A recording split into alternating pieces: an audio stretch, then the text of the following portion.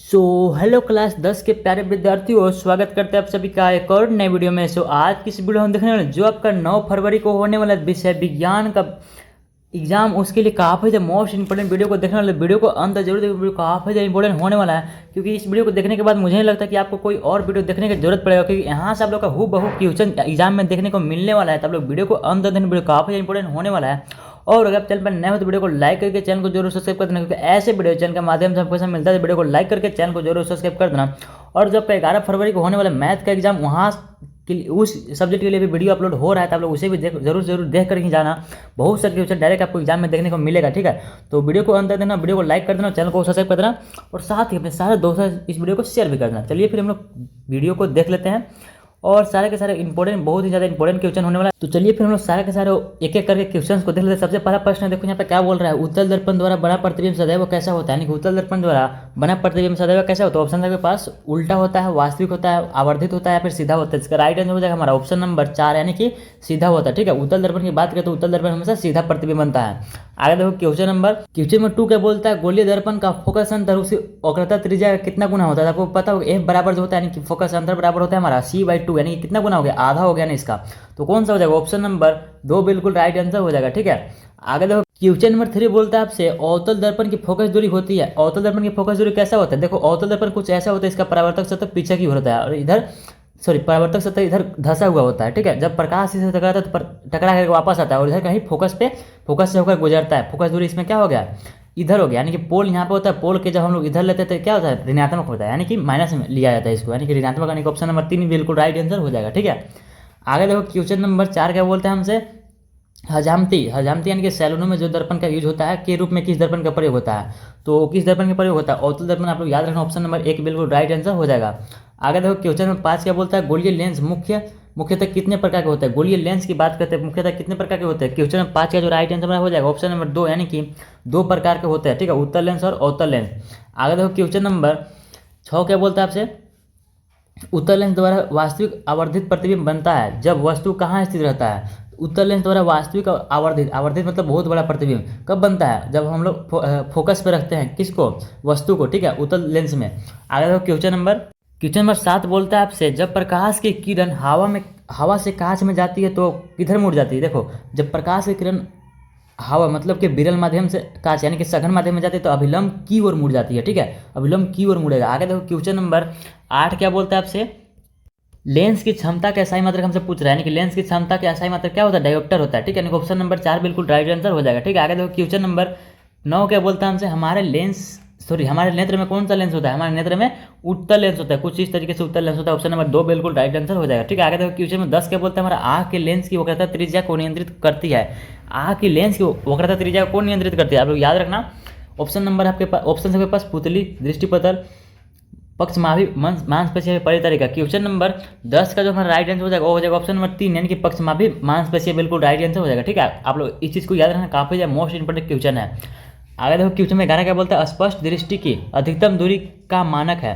अगर आपसे बात करें अधिकतम की, तो अधिकतम होता है हमारा अनंत होता है। अगर न्यूनतम की बात करें तो 25 हो जाता है, ठीक है। इस चीज़ को आप लोग याद रखना। आगे देखो क्वेश्चन नंबर 12 क्या बोलता है। हमारा अवतल लेंस के चश्मे का उपयोग करके किस दृष्टि दोष को दूर किया जाता है। अवतल से हम लोग निकट दृष्टि दोष को दूर करते हैं, ठीक है, निकट दृष्टि दोष को दूर करते हैं। आगे देखो क्वेश्चन नंबर 13 क्या बोलते हैं। हमारे तारे का टिमटिमाना प्रकाश के किस घटना को दर्शाता है, ठीक है। तारे का जो टिमटिमाना प्रकाश के किस घटना को दर्शाता है। ऑप्शन नंबर 2, यानी कि प्रकाश के अपवर्तन को दर्शाता है, ठीक है। आगे देखो क्वेश्चन नंबर 14 क्या बोलता है आपसे। किसी अभिक्रिया में भाग लेने वाले पदार्थ कहलाते हैं। किसी अभिक्रिया में भाग लेने पदार्थ को हम लोग अभिकारक बोलते हैं। ऑप्शन नंबर कहाँ पे है, ऑप्शन नंबर 3 बिल्कुल राइट आंसर हो जाएगा, ठीक है। आगे देखो क्वेश्चन नंबर 15 क्या बोलता है। समीकरण CaCO3 उष्मा देने पर यहाँ पे क्या हो गया, 2 भागों में टूट गया। यहाँ पे एक प्रोडक्ट है, एक टूट करके कितना बन गया, 2 प्रोडक्ट बन गया, ठीक है। एक रिएक्टेंट था जो कि टूट करके 2 प्रोडक्ट बन गया। इसका राइट आंसर क्या हो जाएगा, टूटना, यानी कि विभोजन। ऑप्शन नंबर 2 बिल्कुल राइट आंसर हो जाएगा, ठीक है। सभी वीडियो अगर आप देख के जाते हो तो आपको एक भी क्वेश्चन बाहर से नहीं आएगा। काफ़ी ज़्यादा वीडियो आप लोगों को अपलोड किया जा रहा है आप लोगों के लिए। तो श्वसन कैसी रासायनिक अभिक्रिया है, तो कैसी है, उष्मा क्षेपी, यानी कि जिसमें कि उष्मा निकलता है। आगे देखो जो कि हम लोग कार्बन डाइऑक्साइड निकालते हैं ना, वही उष्मा के रूप में निकलता है, तो इसलिए उष्मा क्षेपी होता है, ठीक है। क्वेश्चन नंबर 17 क्या बोलता है। निम्न में से कौन सी अभिक्रिया नहीं होगी। निम्न में से कौन सी अभिक्रिया नहीं होती, ऑप्शन नंबर कौन सा हो जाएगा। क्वेश्चन नंबर 17 का हो जाएगा ऑप्शन नंबर 2, यानी कि ZnSO4 + CO2 sorry ZnSO4 plus Cu अभिक्रिया नहीं होगा, क्योंकि Zn जो होता है ना Cu से अधिक अभिक्रियाशील होता है, इसलिए ये इसको अभिक्रिया करने ही नहीं देगा। आगे देखो क्वेश्चन नंबर 18 क्या बोलता है आपसे, निम्न में से कौन संतुलित समीकरण है। तो आपको चेक करना होगा, बताना होगा कौन सा संतुलित समीकरण है। ध्यान से देखो यहाँ पे कितने n है, एक n है, उधर कितने n है, इधर भी एक n है, ठीक है, ये तो ठीक है। आगे देखो इधर 2 दूनी का 4 H2 है, इधर कितने H2 है, इधर 3 H ही है, इसलिए हमारा क्या हो, संतुलित तो नहीं है हमारा। आगे देखो ऑप्शन नंबर 2, इधर 3 Fe, इधर भी 3 Fe, 4 दूना का 8 H और इधर 4 दूना का 8 H और इधर कितना 4 H और इधर भी कितना 4 H, यानी ऑप्शन नंबर 2 बिल्कुल राइट आंसर हो जाएगा, ठीक है। आगे देखो क्वेश्चन नंबर 19 क्या बोलते हैं, हमारा अभिक्रिया ZnO plus C, Zn plus CO में किसका उपचयन हो रहा था, कार्बन का, सॉरी उपचयन की बात करें जिसमें कि ऑक्सीजन जुड़ता है, यानी कि कार्बन का उपचयन हो रहा है, ठीक है। यानी कि ऑप्शन नंबर कौन सा हो जाएगा, ऑप्शन नंबर 2 बिल्कुल राइट आंसर देखिएगा। अगर यहाँ पे उपचयन की जगह पर अपचयन पूछता, उपचयन की जगह पर अपचयन पूछता था, क्या होता है, जहाँ से ऑक्सीजन हट रहा है, यानी कि Zn इसका राइट आंसर हो जाएगा, ठीक है। लेकिन हमसे क्या पूछा था, उपचयन पूछा था, तो इसलिए क्या हो जाएगा, कार्बन हो जाएगा। आगे देखो क्वेश्चन नंबर 20 क्या बोलता है, हमारा कौन सा पदार्थ लाल लिटमस पत्र को नीला कर देता है। लाल लिटमस से अगर नीला करता है तो क्या हो जाएगा, क्षार आपका है, ठीक है। अगर नीला से लाल करता है तो हमें क्या होता है, अम्ल हो जाता है। आगे देखो क्वेश्चन नंबर 21 क्या बोलता है, निम्न में से कौन दुर्बल अम्ल है। दुर्बल अम्ल कौन सा हो जाएगा, CH3COOH, ये आपका प्रबल अम्ल है, आप लोग ऐसे भी याद रख सकते हो, आपका प्रबल होता है, आप लोग को पता होगा। और ये भी प्रबल होता है, हाइड्रोक्लोरिक अम्ल और सल्फ्यूरिक अम्ल। बाकी बात ये तो हमारा क्षार है HNO3, बचा क्या, ये बचा है, इसलिए क्या हो जाएगा हमारा दुर्बल अम्ल हो जाएगा। आगे देखो क्वेश्चन नंबर 22 क्या बोलता है, अम्ल के जलीय विलयन में उत्पन्न होता है, अम्ल के जलीय विलयन में H+ आयन उत्पन्न होता है।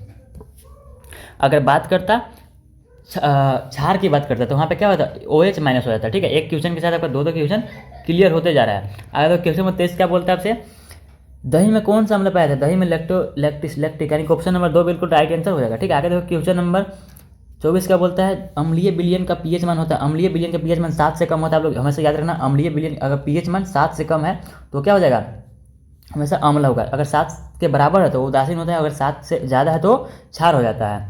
आगे देखो क्वेश्चन नंबर 25 क्या बोलता है, कौन अधिक क्षारीय है, कौन अधिक क्षारीय है, क्योंकि जिसका जितना अधिक pH मान होगा वो उतना ही अधिक क्षारीय होगा, यानी कि ऑप्शन नंबर 14 बिल्कुल ऑप्शन नंबर 14 बिल्कुल राइट आंसर हो जाएगा, ठीक है। pH मान 14। आगे देखो क्वेश्चन नंबर 26 क्या बोलता है, विरंजन चून का रासायनिक सूत्र आपसे पूछा जाए तो विरंजन चून का रासायनिक सूत्र क्या होता है, इसका राइट आंसर क्या हो जाएगा, क्वेश्चन नंबर 26 का हो जाएगा ऑप्शन नंबर 3, यानी कि CaOCl2। आप लोग इस चीज़ को याद रखना, पूछा जाता है। क्वेश्चन नंबर 27 क्या बोलता है, प्रकाश संश्लेषण में ऑक्सीजन बाहर निकलती है, प्रकाश संश्लेषण में ऑक्सीजन बाहर निकलती है, किससे बाहर निकलती है, एक क्वेश्चन पूछा जाता है बार बार। देखो प्रकाश संश्लेषण में जो ऑक्सीजन बाहर निकलती है, हमें जल से, जो जल में H2 होता है ना, ये भी साथ में अभिक्रिया करता है, इससे जो ऑक्सीजन बाहर निकलता है ना, वही हमें ऑक्सीजन के रूप में बाहर निकलता है, ठीक है, जो कि हम लोग श्वसन के द्वारा लेते हैं। क्वेश्चन नंबर 28 क्या बोलता है, अनऑक्सी श्वसन के फलस्वरूप क्या बनता है, अनऑक्सी श्वसन के फलस्वरूप एथिल एल्कोहल बनता है, ऑप्शन नंबर 2 बिल्कुल राइट आंसर हो जाएगा, ठीक है। आप लोग ऑप्शन से भी देख सकते हो, ग्लूकोज तो बनेगा नहीं, ऑक्सीजन तो बनेगा नहीं, जल तो बनेगा नहीं, इसलिए क्या हो जाएगा, ऑप्शन नंबर 2 यानी कि एथिल एल्कोहल हो जाएगा। 29 बोलता है, निम्नलिखित में से कौन परजीव है जो कि दूसरों पर निर्भर रहता है, परजीव मतलब दूसरों पर निर्भर रहता है, क्या होता है, प्लाज्मोडियम, बिल्कुल इसका राइट आंसर हो जाएगा, ठीक है। आगे देखो क्वेश्चन नंबर 30 क्या बोलता है, रुधिर के तरल भाग को क्या कहते हैं, रुधिर के तरल भाग को क्या कहते हैं, प्लाज्मा कहते हैं। आप लोग क्लास 9th में ही पढ़ना था, ठीक है। तो आगे देखते हैं हम लोग, और भी 10 क्वेश्चन को हम लोग 40 तक देख लेते हैं, ठीक है। आगे देखो क्वेश्चन नंबर 31 क्या बोलता है, मछली के हृदय में कितने कोष्ठक होते हैं, तो मछली के हृदय में 2 कोष्ठक होते हैं, आप लोग याद रखना। अगर मेढक का पूछता है तो मेढक का 3 हो जाएगा, और इंसान का पूछता है, मनुष्य का पूछता है तो 4 हो जाएगा, ठीक है। इस चीज़ को आप लोग याद रखना, पूछा जाता है, तीनों में से कोई एक ही पूछेगा, इससे बाहर नहीं पूछेगा, ठीक है। अगर आपने अभी तक वीडियो को लाइक कर देना और चैनल को सब्सक्राइब करना, मतलब क्योंकि ऐसे वीडियो चैनल के माध्यम से सबको मिलता है, वीडियो को लाइक करके चैनल को जरूर सब्सक्राइब कर देना, आगे बहुत कुछ मिलने वाला है। आगे देखो क्वेश्चन 32 क्या बोलता है, मनुष्य में वृक्क एक तंत्र का भाग है जो संबंधित है, वृक्क किस भाग से संबंधित है, तो ऑप्शन देखो पास, पोषण से, श्वसन से, उत्सर्जन से, फिर परिवहन से। इसका राइट आंसर क्या होगा, वृक्क की बात की जाए तो आपका क्या हो जाएगा, उत्सर्जन से हो जाएगा, ठीक है। आगे देखो क्वेश्चन नंबर 33 क्या बोलता है, और अगर आप चाहते हो कि जैक बोर्ड से रिलेटेड सबसे पहले आपको अपडेट मिलता है तो डिस्क्रिप्शन में दे देगा व्हाट्सएप चैनल का लिंक, वहाँ से लोग व्हाट्सएप चैनल को फॉलो करना, क्योंकि जैक बोर्ड से रिलेटेड सबसे पहले आपको अपडेट वहीं मिलता है, तो व्हाट्सएप चैनल को फॉलो करना मत भूलना, उसका लिंक डिस्क्रिप्शन में दे दिएगा, ठीक है। आप लोग एक बार जरूर देखना। क्वेश्चन नंबर 33 क्या बोलता है आपसे, मैग्नीशियम पाया जाता है, मैग्नीशियम किस में पाया जाता है, तो क्लोरोफिल में मैग्नीशियम पाया जाता है, आप लोग इस चीज़ को याद रखना हमेशा, ठीक है। आगे देखो क्वेश्चन नंबर 34 क्या बोलता है आपसे, किसमें मुकुलन विधि द्वारा जनन होता है, मुकुलन विधि की बात करते हैं आपका हाइड्रा हो जाएगा, और दूसरा हो जाता है ईस्ट। अगर ऑप्शन में आता है तो ईस्ट भी आपका राइट आंसर हो जाएगा, ठीक है। हाइड्रा या फिर ईस्ट, दो ही में से कोई एक ऑप्शन में रहेगा, अगर आपसे मुकुलन के बारे में पूछेगा तो। आगे देखो क्वेश्चन नंबर 35 क्या बोलता है आपसे, एड्स रोग किसके कारण से होता है? एड्स रोग किसके कारण होता है? ऑप्शन के पास जीवाणु, विषाणु, फंगस या फिर प्रोटोजोआ। इसका राइट आंसर क्या हो जाएगा? क्वेश्चन नंबर 35 का हो जाएगा ऑप्शन नंबर 2 यानी कि विषाणु बिल्कुल राइट आंसर है, ठीक है, यानी कि वायरस इसका राइट आंसर हो जाएगा एड्स का। आगे देखो क्वेश्चन नंबर 37 का बोलता है पूर्ण विकसित अंडाशय कहलाता है। अगर पूर्ण विकसित अंडाशय की बात करें तो आपका फल हो जाएगा, अगर पूर्ण विकसित बीज की बात करता है तो आपका बीज हो जाता है, ठीक है। पूर्ण ध्यान रखना, पूर्ण विकसित अगर अंडाशय की बात करें तो फल हो जाएगा, अगर बीज की बात करता है तो बीज हो जाता है पूर्ण विकसित, ठीक है। आगे देखो क्वेश्चन नंबर 38 क्या बोलते हैं आपसे, अनवीकरणीय ऊर्जा स्रोत है। अनवीकरणीय क्या हो जाएगा? पवन तो होगा नहीं, सूर्य तो होगा नहीं, जल तो होगा नहीं, क्या हो जाएगा? कोयला हो जाएगा। आगे देखो 39 क्या बोलता है, सौर ऊर्जा को सीधे विद्युत में बदलने वाली युक्ति को कहते हैं, ठीक है। सौर ऊर्जा को सीधे विद्युत में बदलने वाले, क्वेश्चन को ध्यान से पढ़ो, सौर ऊर्जा को किसमें बदल रहा है? विद्युत में बदल रहा है। इसका राइट आंसर क्या हो जाएगा? सौर सेल हो जाएगा, यानी कि सोलर जो आप लोग यूज करते हो घरों में। लास्ट हमारा प्रश्न क्या बोलता है, देखो निम्नलिखित में कौन मुख्यतः जैव गैस का संघटक है? निम्नलिखित में कौन मुख्यतः जैव गैस का संघटक है? ऑप्शन के पास हाइड्रोजन, मेथेन, एथेन, ब्यूटेन। इसका राइट आंसर क्या हो जाएगा? क्वेश्चन नंबर 40 का हो जाएगा ऑप्शन नंबर 2 यानी कि मेथेन बिल्कुल राइट आंसर हो जाएगा, ठीक है। आज की इस वीडियो में हम लोग सिर्फ इतना ही 40 प्रश्नों को देखते हैं, और भी सब्जेक्टिव प्रश्नों का ही वीडियो अपलोड हुआ है तो आप लोग उसे भी देखना, और भी होगा। तो अभी तक वीडियो को लाइक कर देना और चैनल को सब्सक्राइब करना मत भूलना। मिलता है किसी नेक्स्ट वीडियो में, तो के लिए बाय।